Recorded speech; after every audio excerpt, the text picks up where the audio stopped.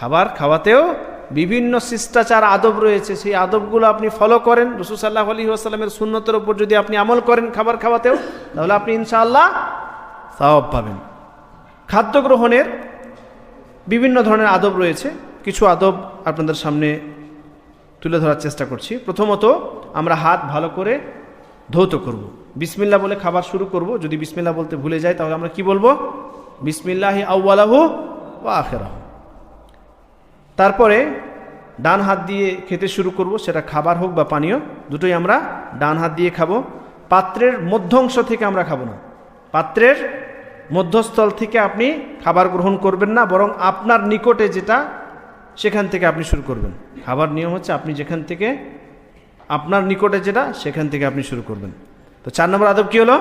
4 নম্বর আদব, পাত্রের মধ্যস্থল থেকে খাবেন না, বরং আপনার নিকটে সেখান থেকে আপনি শুরু করবেন। 5 নম্বর হচ্ছে প্লেট বা আঙুল ভালোভাবে চেটে নেবেন, চেটে খেয়ে ফেলবেন।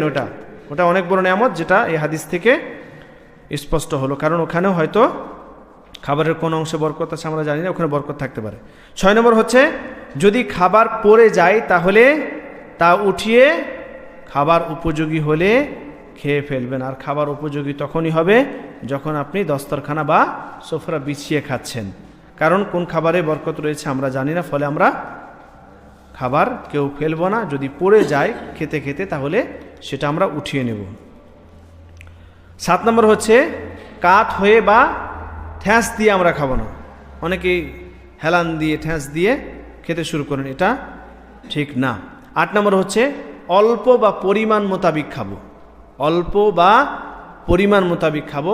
হাদিস থেকে স্পষ্ট যে পেটকে আপনি 3 ভাগে ভাগ করবেন, প্রথম ভাগে খাবার, দ্বিতীয় ভাগে পানি, আর তৃতীয় ভাগ শ্বাস প্রশ্বাসের জন্য খালি রাখবেন। পুরো একদম পেট পুরে গলা পর্যন্ত খাবেন না। অনেকে আমরা আছি মানে খাবার খেতে এত আগ্রহী যে যখনই খেতে বসে একদম প্লেট একদম শেষ, পেট পুরে একদম গলা পর্যন্ত খেতে হবে, এমনকি মাঝে মাঝে বমিও চলে আসে। খেতে নিষেধ। হাদিসের এই উসুল যদি আপনি ফলো করেন তাহলে আপনাকে কোনো ব্যায়ামও করতে হবে না, আর কোনো ডায়েট প্ল্যানও নিতে হবে না, কিছুই করতে হবে না। আপনি সব খাবারই গ্রহণ করেন। হ্যাঁ, যে খাবারে আপনার হয়তো রুচিতে কোলায় না, বা যে খাবার হয়তো গ্রহণ করলে আপনার কিছু হতে পারে, অ্যালার্জি আছে, সেই খাবার বাদ দিয়ে আপনি সমস্ত খাবার খান, কিন্তু অল্প এবং পরিমাণ মোতাবিক খান। হাদিসের এই উসুল ফলো করুন, আপনার কিছুই হবে না। আজকালকার বেশিরভাগ মানুষের অসুখ কেন হয় বেশি? এখন মানুষ যে আজকালকার এত বেশি অসুস্থ কেন?